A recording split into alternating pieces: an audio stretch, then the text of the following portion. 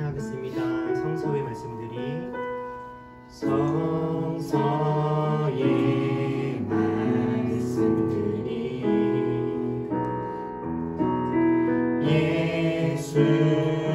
예수님의 바람들이 우리 삶에 뿌리 내리며 모두가 꽃이라 하네 꽃이라 하네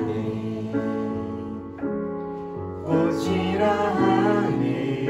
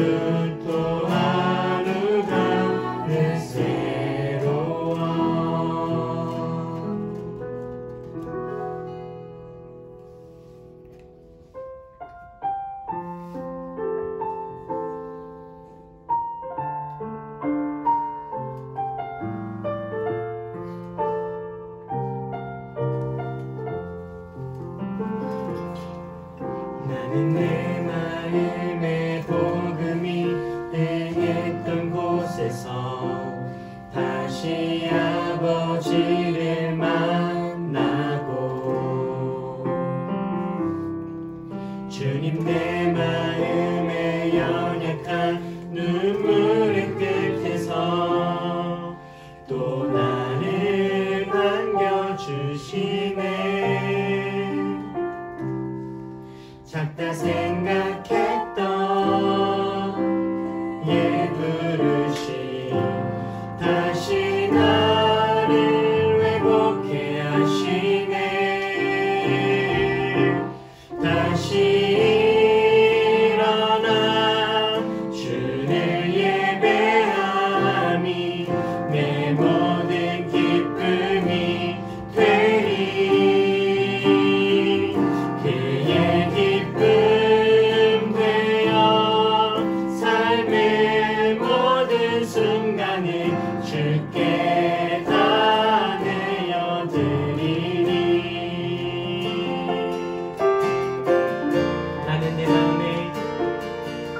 나는 내 마음에 복음이 응했던 곳에서 다시 아버지를 만나고 주님 내 마음의 연약한 눈물의 끝에서 또 나를 반겨주시네. 작다 생각했던 그의 버릇이 다시 나를 회복해 하시네.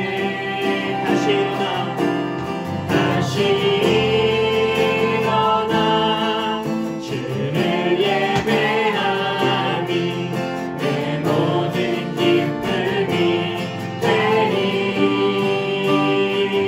그의 기쁨 되어 삶의 모든 순간을 주께 다 내어드리니. 다시 일어나 주를 예배함이 내 모든 기쁨이 되리. 주의 기쁨 되어 삶의 모든 순간을 주께 다 내어드리니. 다시 일어나 주를 예배함이 내 모든 기쁨이 되리. 그의 기쁨 되어 삶의 모든 순간을 주께 다 내어드리니. 우리 시간에 함께 한번 기도할 때 한 주간 우리가 살았던 여러 가지 몸과 마음의 지침들과 지금 우리들의 모든 생각과 마음들을 다시 한번 주님께로 드리고 우리 다시 한번 일어나는 시간 되어지기를 소원합니다. 하나님, 우리들로 다시 일어나 걸어갈 수 있도록 힘을 더하여 주옵소서. 더 주님을 깊이 생각하고 주님 안에 있는 사랑을 누리고 주님과 함께 더불어 살아갈 수 있는 큰 힘과 은혜들 우리에게 부어달라고 다 같이 한 목소리로 함께 한번 기도하겠습니다. 기도합시다. 사랑하는 아버지, 이 시간 다시 나와 주님께 기도하며 예배하는 우리 한 사람 한 사람들을 주님께서 기억하여 주시옵소서. 우리 다시 한번 일어나 주님께 나아가기를 소원합니다.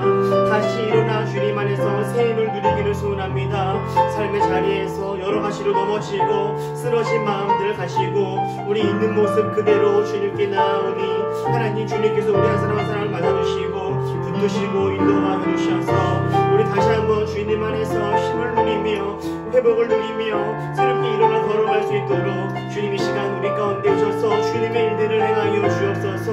하나님, 우리 어찌할지 알지 못하는 가운데 있습니다. 하나님, 주님께서 우리 가운데 오셔서 갈 바를 알려주시고 우리가 해야 될 기도의 제목들을 알게 하시고 주님으로 말미암아 새 힘을 누리며 걸어갈 수 있도록 주님이 우리들의 주인 되어주시고 주님이 우리를 주관하여 주시옵소서. 찬양이 가사 하나하나가 우리들의 믿음의 고백이 되어지게 하시고 하나님, 주의 기도하는 목소리들마다 하나님의 놀라운 응답을 누리는 목숨의 경험들 되어지도록 주님께서 함께하여 주옵소서. 하나님, 언제나 우리를 홀로 두지 아니하시고 우리와 함께하시는 주님의 그 사랑을 기대하며 하나님 소망하며 나아가오니 주님께서 오셔서 함께하시고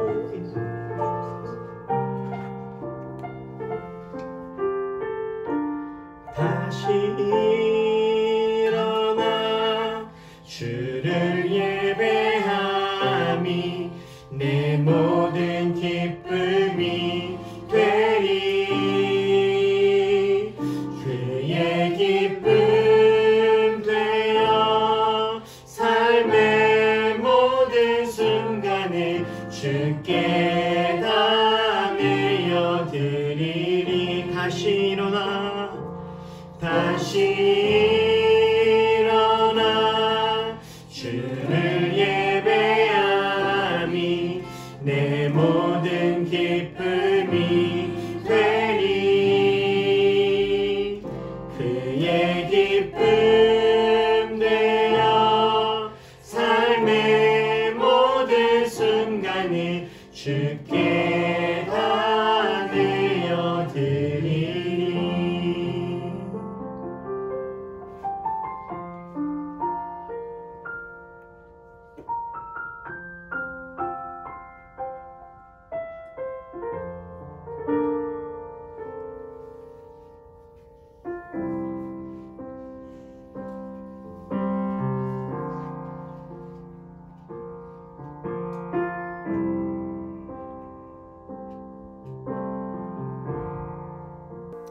하나님, 우리가 있는 모습 그대로 주님께 나아갑니다. 약한 모습 그대로, 부족한 모습 그대로, 부끄러운 모습 그대로 주님께 갑니다. 그러나 주님, 우리 주님 품 안에 안겨 조금씩 변화되며 새롭게 되고자 합니다.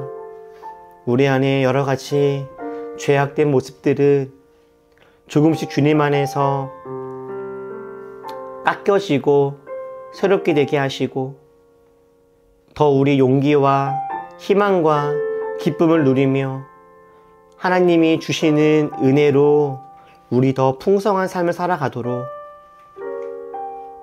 주님께 있는 모습 그대로 왔을지라도 이렇게 돌아가는 것이 아니라 새롭게 되어져서 나아갈 수 있는 우리 모두가 될 수 있도록 주님 우리들을 붙들어 주옵소서. 특별히 우리들의 모든 사안 주님 것임을 고백하며 이 시간 시간과 예물과 나의 마음을, 재능을 주님께 올려드립니다. 주님, 전능하신 주님께서 연약한 인간들을 통하여서 주님의 일들을 이루시는 분이심을 우리 이 시간 기억하며 우리 주님께 내 삶을 드리겠노라 결단하오니 주여 우리들을 사용하여 주옵소서. 작고 부족한 우리들이지만 주님께서는 이런 우리들을 통하여서 세상을 변화시킬 놀라운 일들을 하시는 분이심을 기억합니다. 하나님의 뜻을 이루어 주옵소서. 주님께 감사드리며 예수님의 이름으로 기도했습니다. 아멘.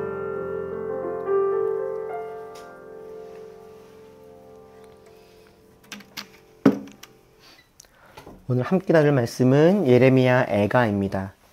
예레미야 애가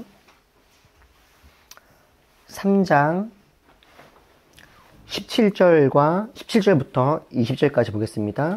예레미야 애가 3장 17절부터 20절. 자, 내게서 평안을 빼앗으시니 나는 행복을 잊고 말았다. 나오느니 탄식뿐이다. 이제 내게서는 찬란함도 사라지고 주님께 두었던 마지막 희망마저 사라졌다. 내가 겪은 그 고통, 쓴 쑥과 쓸개즙 같은 그 고난을 잊지 못한다. 잠시도 잊을 수 없으므로 울적한 마음을 가눌 길이 없다. 아멘.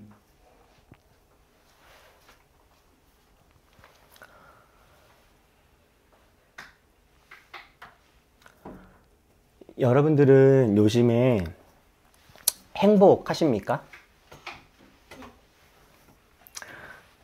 여러분들은 지금 여러분들의 삶 속에 행복의 점수를 주신다면 10점 만점에 몇 점 정도를 주실 수 있으실 것 같으세요? 10점 만점에? 9점? 와. 우리는 예배하기 전에 한 주간의 자신의 삶을 돌아보면서 하나님께 우리들의 마음이 어떠했는지를 돌아보고 기록하고 하는 그런 마음 기도 편지를 쓰는데, 제가 주일날 예배를 마치고 우리 마음 기도 편지를 가지고 집에 돌아가서 한 장 한 장을 다시 한번 읽어보면서 기도하고 중보하면서 느껴지는 건, 우리들이 정말 일주일의 삶 속에서 희노애락을 다 느끼는구나, 이런 것들을 보게 됩니다. 어떤 분들은 한 주간 살아가면서 행복하고 참 좋은 분들도 있고, 어떤 분들은 지치고 힘든 시간들을 보내시는 분도 있고, 짜증나고 억울했던 순간들을 보내시는 분들도 있는 것 같아요. 유엔에서는요, 매년마다 세계 행복 보고서라는 이 보고서를 작성하고 줍니다. 그 유엔이 공개한 세계 행복 보고서에 따르면 2023년도 한국의 행복 지수는 10점 만점에 5.95점입니다. 이거는 137개국 중에서 57위라고 합니다. 근데 이거를 OECD 38개국으로 좁혀보면 38개국 중에서는 몇 등일 것 같으세요? 35등이래요. 38개국 중에서는 35등. 그러니까 OECD 국가들 중에서는 저희 나라보다 행복 점수가 더 낮은 나라는 그리스, 콜롬비아, 튀르키예, 이 세 나라밖에 없다라고 합니다. 그렇게 수치로만 보면은 우리나라 사람들의 행복 지수가 참 낮은 편이다라는 것을 알 수가 있죠. 사실 이런 자료들을 굳이 확인해 보지 않아도 우리 주위에 있는 사람들의 표정, 말투, 감정, 삶의 태도들을 한번 살펴보면, 지금 우리가 행복하고 희망이 가득한 삶과 시대를 살아가고 있다라기보다는 쉽지 않은 삶을 살아가고 있다는 것을 우리는 어렵지 않게 알 수 있을 겁니다. 그렇다면 여러분들은, 그리고 우리들은, 그리고 이 시대는 언제쯤 충분히 행복한 시간들을 보낼 수 있을까요? 또는 어떻게 되면 우리는 그런 행복을 느낄 수가 있을까요? 세상이 주장하고 또 교회가 지지했던 행복의 조건들이 몇 가지가 있습니다. 사람들은 이렇게 될 때 행복해 라고 세상이 주장하고 교회도 지지했던 것들인데요. 아주 대표적으로 몇 가지만 보자면 성취, 소비, 소유, 그리고 네 번째가 오감을 통한 쾌락입니다. 시간과 노력을 들였는데 그곳에서 원하는 성취를 거두었을 때 그 성취를 통해서 얻어지는 만족감, 우리는 여기에서 아주 큰 행복을 느낍니다. 물건을 사든 서비스를 사든 우리들은 소비할 때 느끼는 기쁨과 행복이 있다라고 합니다. 원하는 것이 있을 때 이 원하는 것을 갖게 되었을 바로 그 순간 우리는 또 행복감을 느끼고요. 맛있는 것을 먹거나 정말 놀라운 광경을 보거나 황홀한 것들을 들었을 때 우리 오감이 경험하는 그런 쾌감도 있죠. 이때도 우리는 행복하다라는 것을 느낀다라고 하죠. 그리고 과거의 교회들 역시 이것을 부정하지 않았습니다. 동의했죠. 적극적으로. 다만 세상과 교회가 달랐던 것은, 세상은 성취, 소비, 소유를 할 수 있기 위해서, 그러니까 행복하기 위해서 근면성실해서 경쟁해서 이겨라, 이렇게 이야기를 했다면, 보통 교회는 종교활동을 열심히 하거나 기도를 열심히 해서 하나님으로부터 성취, 성공, 소비, 소유의 능력을 받아라, 이렇게 이야기 했어요. 그리고 보통 교회에서 이렇게 했던 것을 지금 우리는 기복신앙 또는 번영신학이라고 이야기를 하기도 합니다. 그런데 여러분, 정말 그렇습니까? 우리 교회에서 하는 이야기들만 돌아보아도 그렇지 않다라는 것을 쉽게 알게 되죠. 기도를 하고 신앙생활을 열심히 해도 하나님이 우리들로 하여금 반드시 성공하게 하시거나 성취를 이루게 하시지는 않는다라는 것을 사실 이제는 많은 분들이 깨닫고 있습니다. 물론 여전히 그렇게 믿고 기도하시는 분들도 있기는 하지만요. 하나님을 잘 믿어도 결국 끝까지 성공이나 성취를 누리지 못하시는 분들도 있습니다. 여러분, 성경에 예레미야보다 하나님을 더 잘 믿고 순종하고 따른 사람들이 얼마나 될 것 같으십니까? 예레미야는 이스라엘 나라가 죄악 속에서 허덕이고 있을 때 하나님의 부르심에 따라 이스라엘 사람들에게 하나님의 뜻을 가감없이 전했던 위대한 선지자였고, 성경에 나오는 사람들 중에서 정말 하나님 말씀을 잘 따랐던 몇 명 되지 않는 사람 중에 한 명이 예레미야입니다. 예레미야는 맨날 울면서 하나님 말씀을 진심으로 전했습니다. 사람들에게 돌아오라고, 나쁜 짓 그만하라고, 그러면 정말 망할 거라고, 지금 너무 위험하다고, 하나님 안에서 회개하고 주님 바라보라고 정말 간절한 마음으로 하나님 말씀을 하나님 마음을 대신 전했던 사람이 예레미야죠. 그런데 예레미야에게 돌아온 것은 아름다운 열매가 아니었습니다. 사람들은 예레미야의 말을 듣고 싶어 하지 않았죠. 사람들은 자신들을 꾸중하고 자꾸 부정적인 이야기, 이렇게 하면 안 된다, 이렇게 하면 망한다, 이런 이야기를 하는 예레미야의 말을 듣고 싶어 하지 않았습니다. 이스라엘 사람들은 잘 될 거라고, 괜찮다고, 잘하고 있다라고 이야기하는 또 다른 선지자들의 이야기를 좋아했습니다. 그래서 예레미야는 평생, 정말 평생 하나님 말씀을 전하고 따르는 삶을 살았음에도 불구하고, 정말 열심히 기도하고 매일마다 주님과 교제하는 시간을 가졌음에도 불구하고, 예레미야는 평생 어떤 성취도 성공도 거두지 못했죠. 그러니까 사역자로서 본다면 실패한 사람처럼 보이는 사람이 예레미야입니다. 그 누구도 변화시키지 못했고 결국 나라도 건져내지 못했죠. 그렇다면 여러분, 예레미야는 평생 불행했을까요? 성경 곳곳을 보니까요, 예레미야에게는 우울증이 있었던 것처럼 보입니다. 예레미야가 했던 말들을 가만히 돌아다 보면 우울증 증상을 의심할 만한 징후들이 많이 보여요. 뿐만 아니라 예레미야에게는 번아웃도 온 것 같습니다. 하나님께 이제는 그만하고 싶습니다. 소용이 없습니다. 사람들이 안 변합니다. 저에게 왜 이러십니까? 지칩니다. 이런 이야기들이 예레미야의 글 속에 많이 남아요. 무엇보다 예레미야는 참 눈물도 많아서 자주 울고 슬픔 가운데 있기도 했죠. 우리 오늘 예레미야가 3장 17절부터 말씀을 보았는데요. 사실 오늘 1절부터 말씀을 좀 보고 싶었거든요. 조금 길지만 예레미야가 3장을 1절부터 20절까지 다 같이 한번 좀 봤으면 좋겠습니다. 조금 길지만 같이 한번 좀 천천히 한번 읽어보시면서 예레미야의 마음을 한번 여러분 좀 공감해 보시면 좋겠습니다. 우리 같이 한번 20절까지 읽어볼게요. 시작. 나는 하나님의 진노의 몽둥이에 얻어맞고 고난당하는 자다. 주님께서 나를 이끄시어 빛도 없는 캄캄한 곳에서 헤매게 하시고 온종일 손을 들어서 치고 또 치시는구나. 주님께서 내 살갗을 약하게 하시며 내 뼈를 꺾으시며 가난과 고난으로 나를 애우시며 죽은 지 오래된 사람처럼 흑암 속에서 살게 하신다.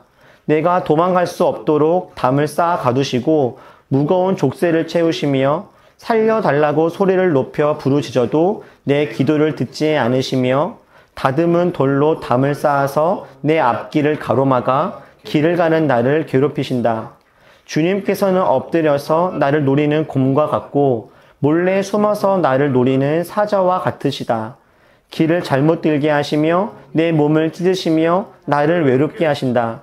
주님께서 나를 관역으로 삼아서 활을 당기신다. 주님께서 화살통에서 뽑은 화살로 내 심장을 뚫으시니 내 백성이 모두 나를 조롱하고 온종일 놀려댄다. 쓸개 집으로 나를 배불리시고 쓴 쑥으로 내 배를 채우신다. 돌로 내 이를 나의 얼굴을 땅에 비비신다. 내게서 평안을 빼앗으시니 나는 행복을 잊고 말았다. 나오느니 탄식뿐이다. 이제 내게서는 찬란함도 사라지고 주님께 두었던 마지막 희망마저 사라졌다. 내가 겪은 그 고통, 쓴 쑥과 쓸개짓 같은 그 고난을 잊지 못한다. 잠시도 잊을 수 없으므로 울적한 마음을 가눌 길이 없다.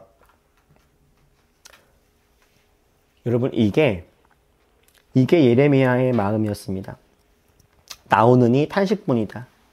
이제 내게서는 찬란함도 사라지고 주님께 두었던 마지막 희망마저 사라졌다.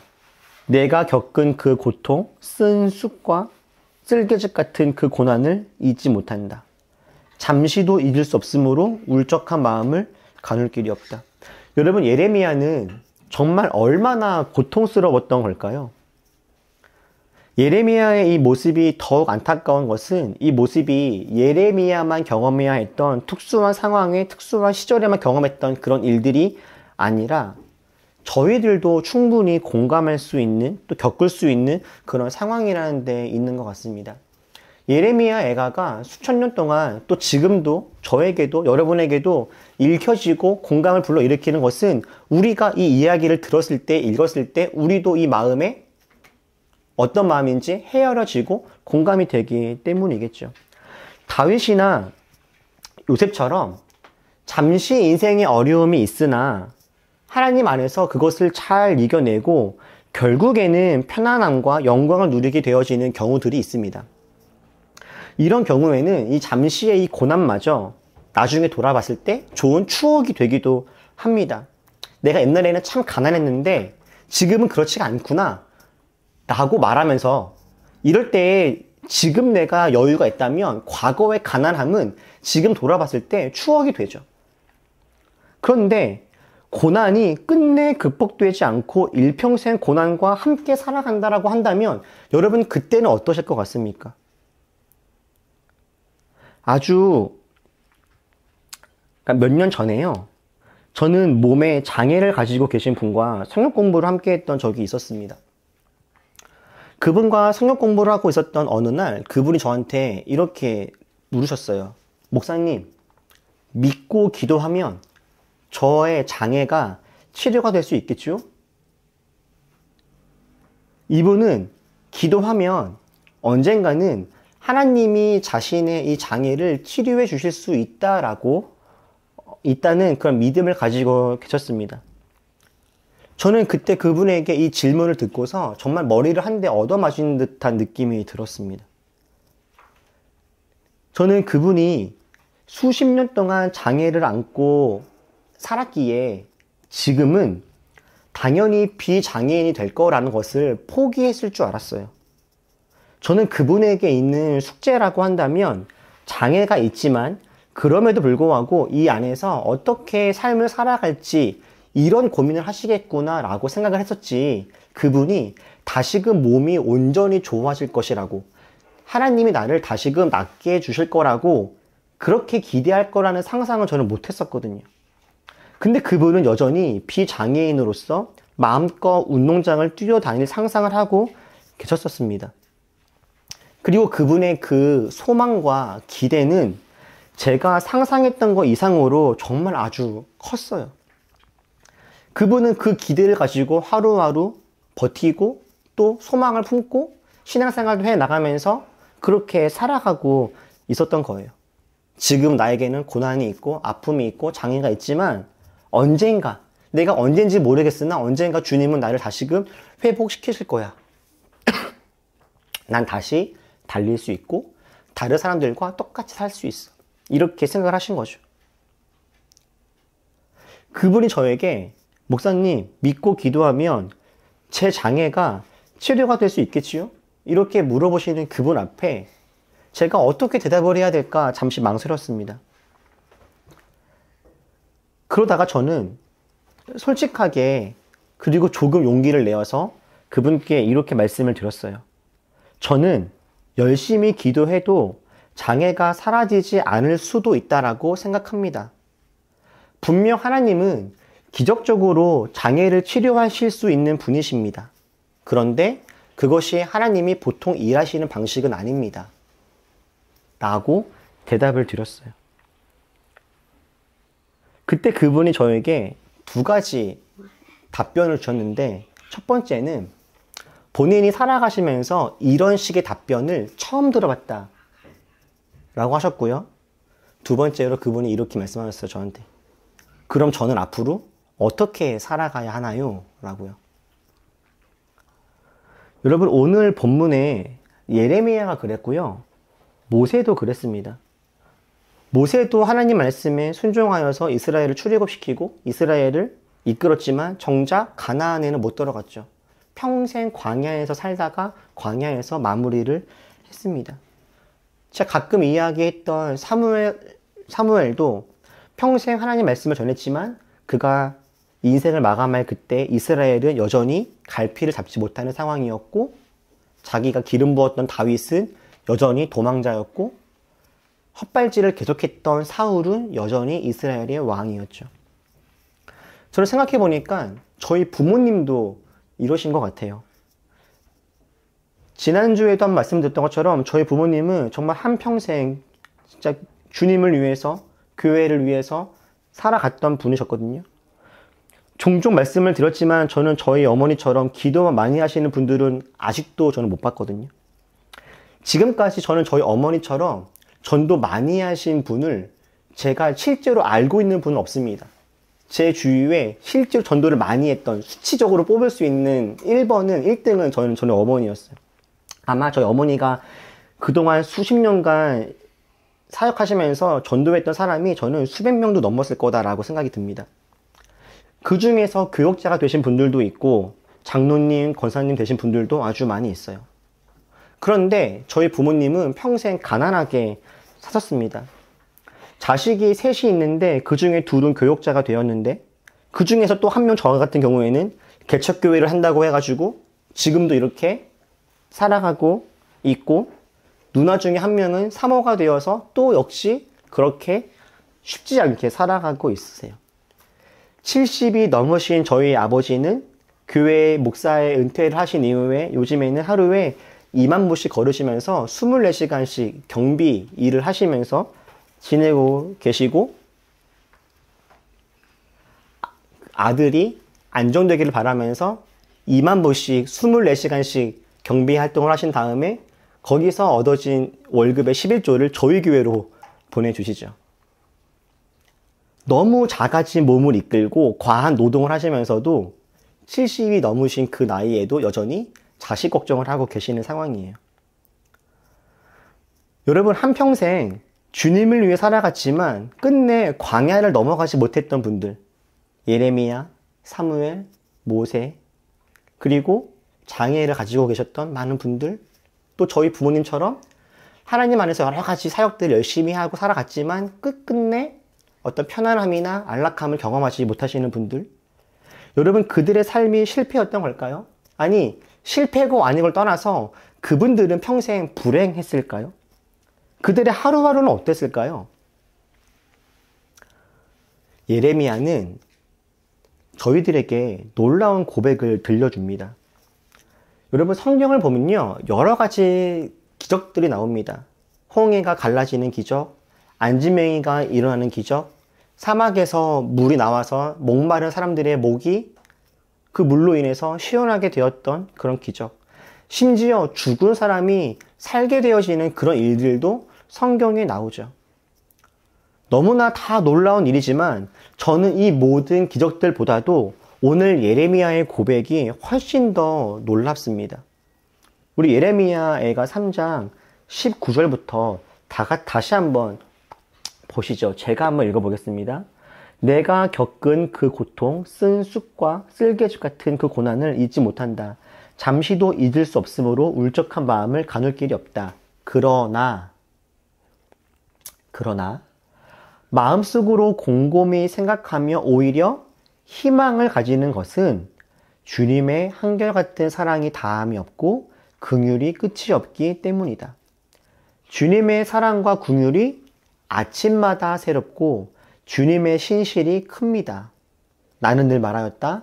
주님은 내가 가진 모든 것, 주님은 나의 희망. 여러분, 예레미야가 무엇을 가진다고 이야기합니까?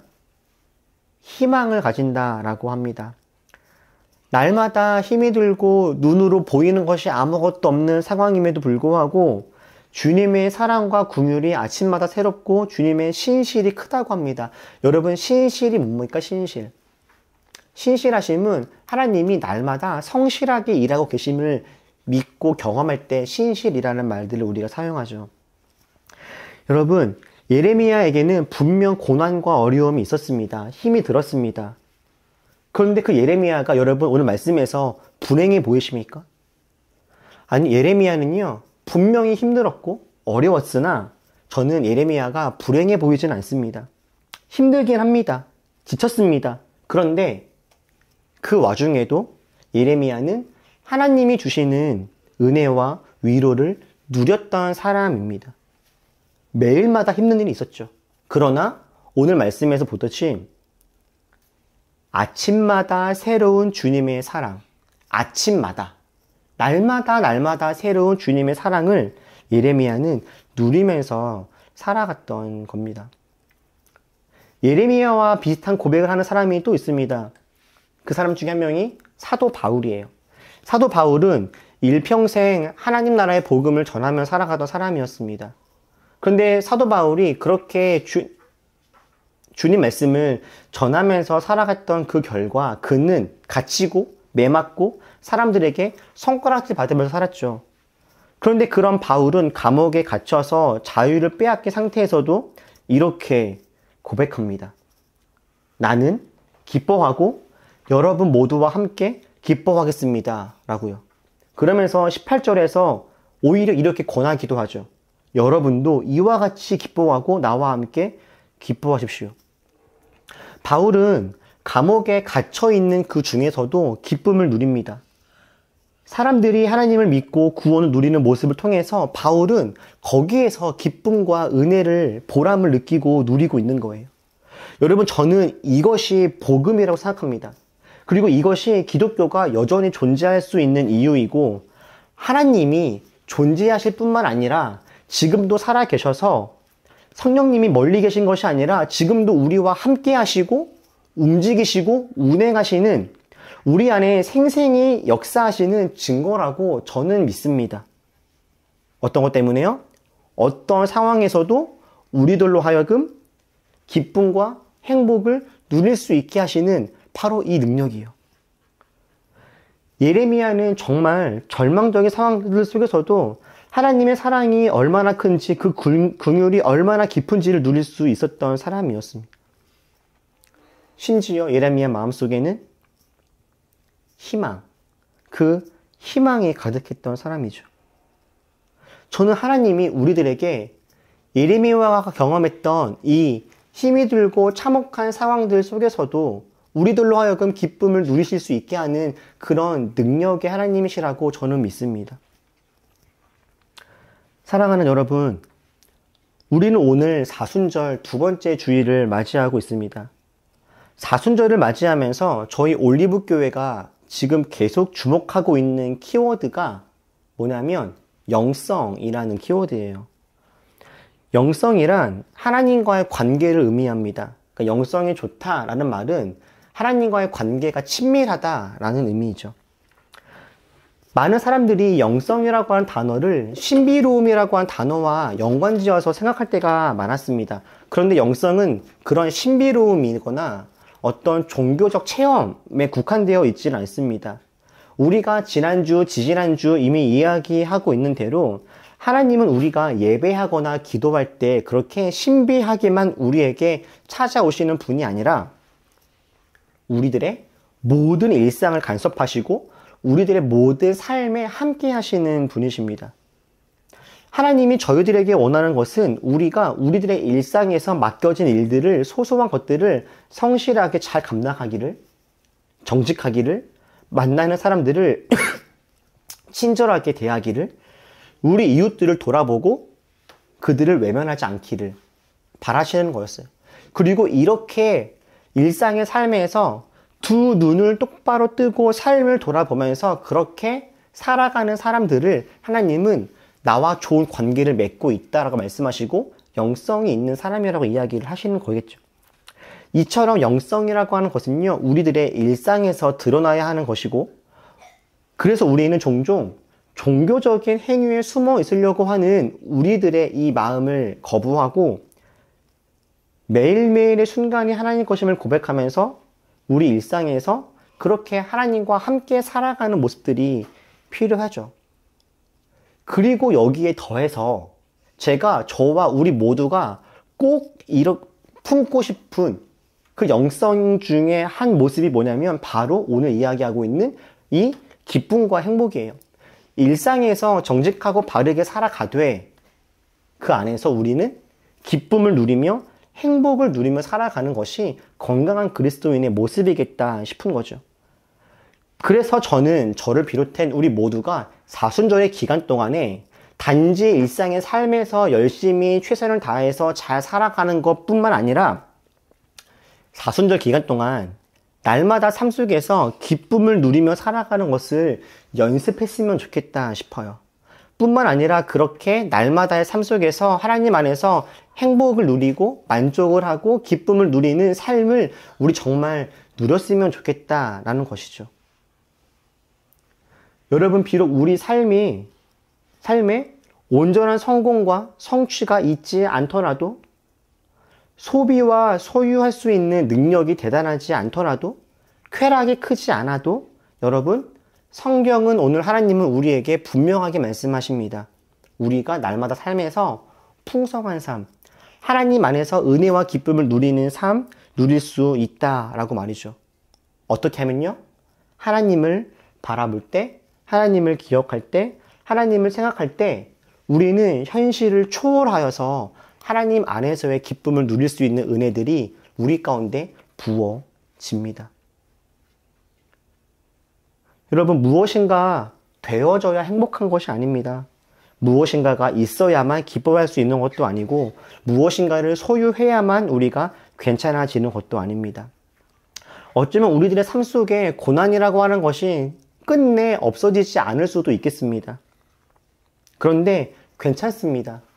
그래도 우리는 하나님을 바라볼 때 주님께서 지금도 살아계셔서 우리에게 오셔서 우리들로 하여금 새롭게 살게 하시는 은혜와 능력을 우리는 경험하면서 살아갈 수 있게 될 거니까 말이죠.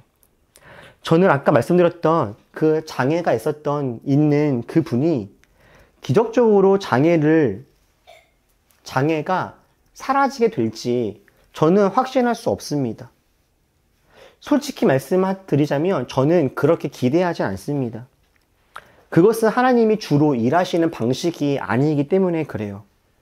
그러나 저는 그분에게 장애가 있다 할지라도 그럼에도 불구하고 그분이 충분히 기쁨과 행복을 누릴 수 있을 것이라고 저는 확신합니다.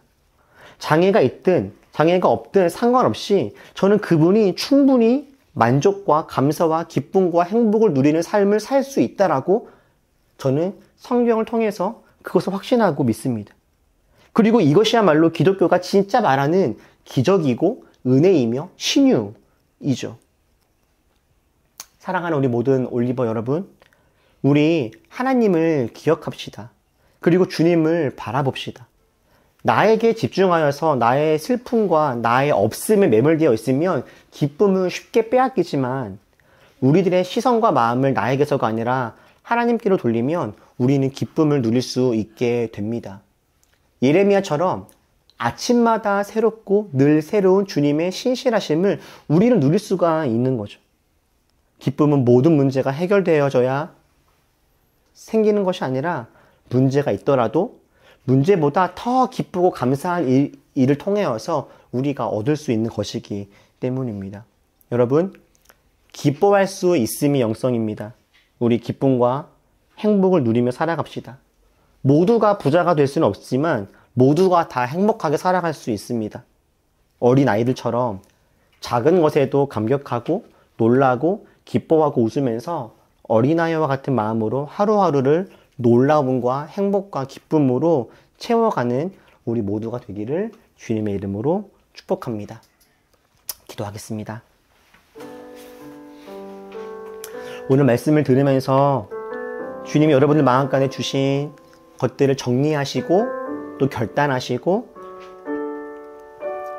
생각하는 우리 침묵하면서 그렇게 함께 기도하도록 하겠습니다.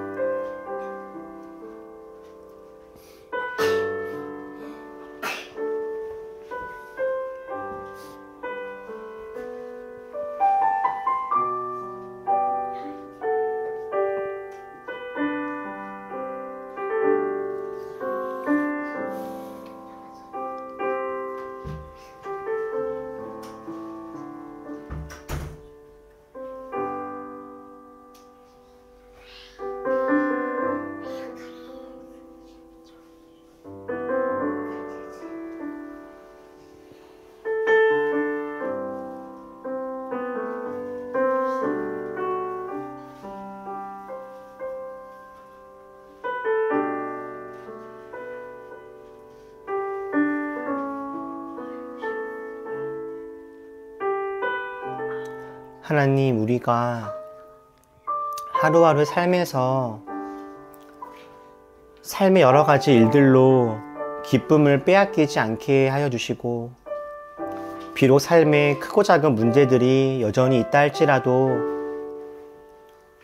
그 어떤 것보다도 크시고 강하신 주님 바라보며 주님이 부어주시는 풍성한 은혜를 누리며 살아가는 우리 모두가 되게 하여 주옵소서. 날마다 삶 속에서 기쁨을 누리기로 결단하며 우리 사순절의 기간 기쁨을 연습하려고 합니다.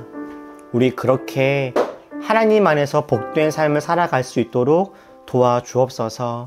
우리 이런 마음으로 함께 찬양하고 기도하겠습니다.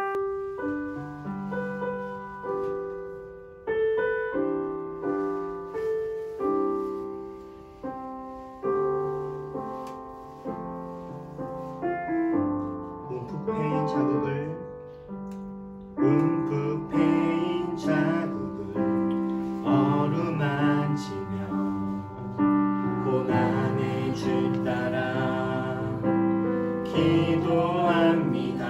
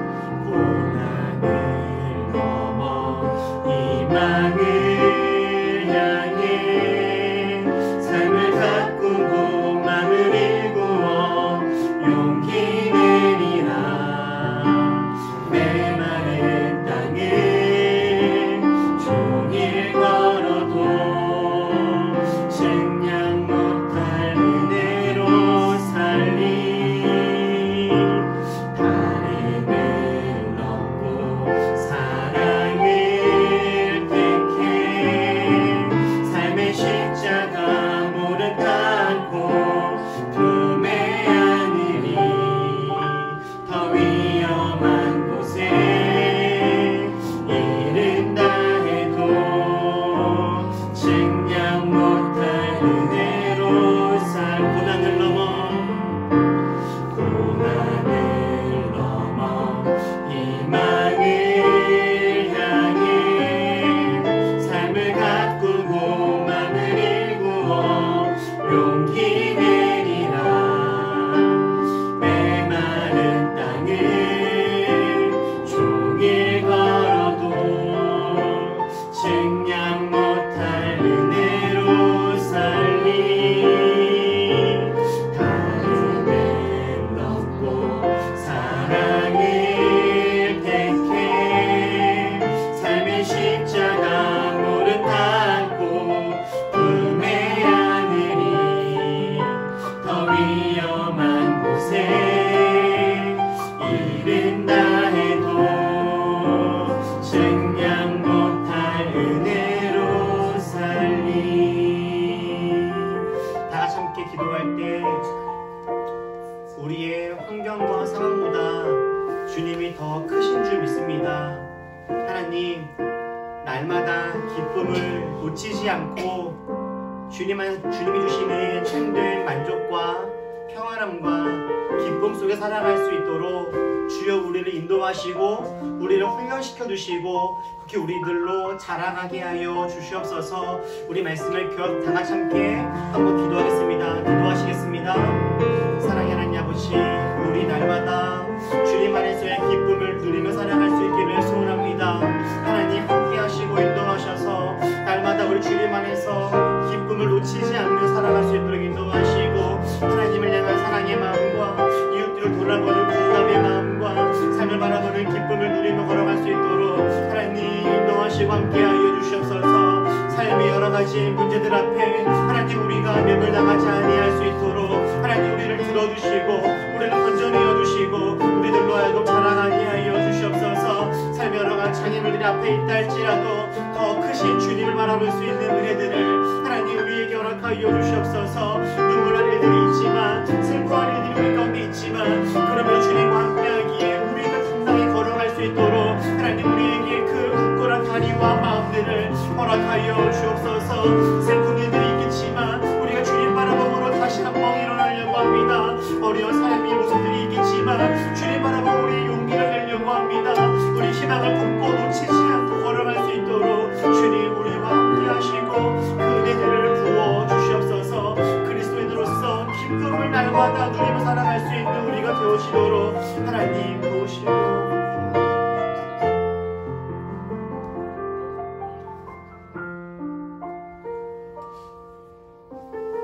삶의 순간순간마다 슬픈 일들이 다가오고 고비고비마다 어려움과 위기가 오지만 하나님 안에서 우리 기쁨을 놓치지 않으며 살아갈 수 있기를 소원하며 주님의 은혜를 구합니다. 주님을 사랑하는 이 마음을 우리 빼앗기지 않게 하시고 삶 속에서 누릴 수 있는 평안함과 기쁨 우리 잊지 않게 하시며 하나님을 사랑하고 이웃들을 돌아보는 이 여유를 우리 잘 붙들며 살아갈 수 있도록 하나님 우리에게 기뻐할 수 있는 실력을 더하여 주옵소서.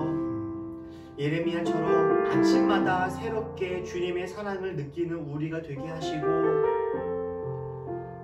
주저앉아 있지 아니하고 다시 일어나 주님께 나아갈 수 있는 우리 될 수 있도록 주님께서 우리들의 힘이 되어 주옵소서. 고난을 넘어 희망으로 가게 하시는 그 주님께 감사를 드리며 이 모든 말씀을 예수님의 이름으로 기도했습니다. 아멘.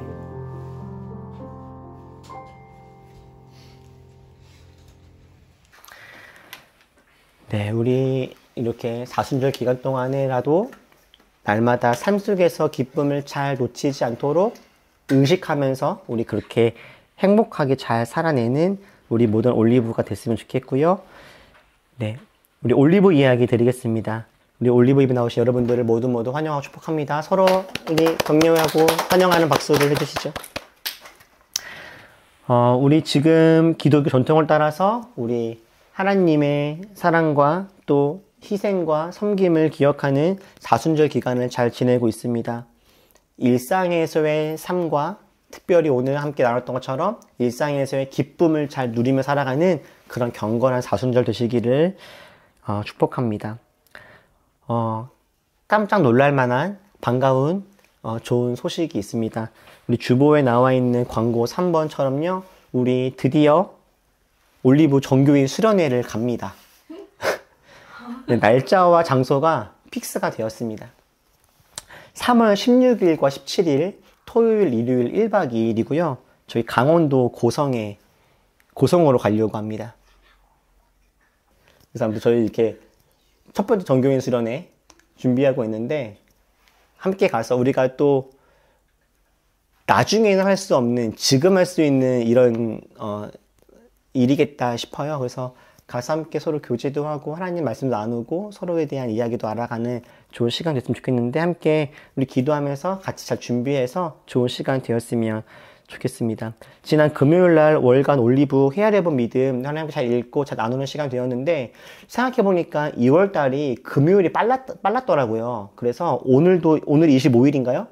아직도 이번 주 중에 2월달이 좀 남아있는데 책을 다 읽으신 분들은 한 번 더 읽어보셔도 좋겠고 아직 못 읽으신 분들은 남아있는 2월달 기간이라도 더 열심히 한번 읽어보시기를 추천합니다. 그리고 여러분 단톡방에 올라가 있는 패들렛 사이트를 가보시면 다른 분들의 서평도 올라와 있는데 다른 분들이 읽으셨던 것들도 함께 읽어보시면 아마 생각의 폭이 더 넓어지지 않을까 생각이 되니까요. 우리 다른 분들의 마음과 생각들도 한번 읽어보시면서 2월달을 좋은 책과 함께 독서와 함께 잘 마무리하시기를 바라요.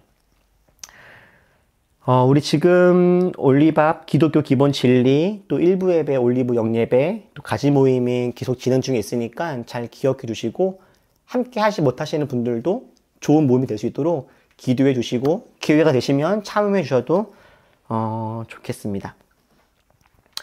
네, 이렇게 광고 마치고요. 우리 패배송 찬양하시고 예배를 마치도록 하겠습니다.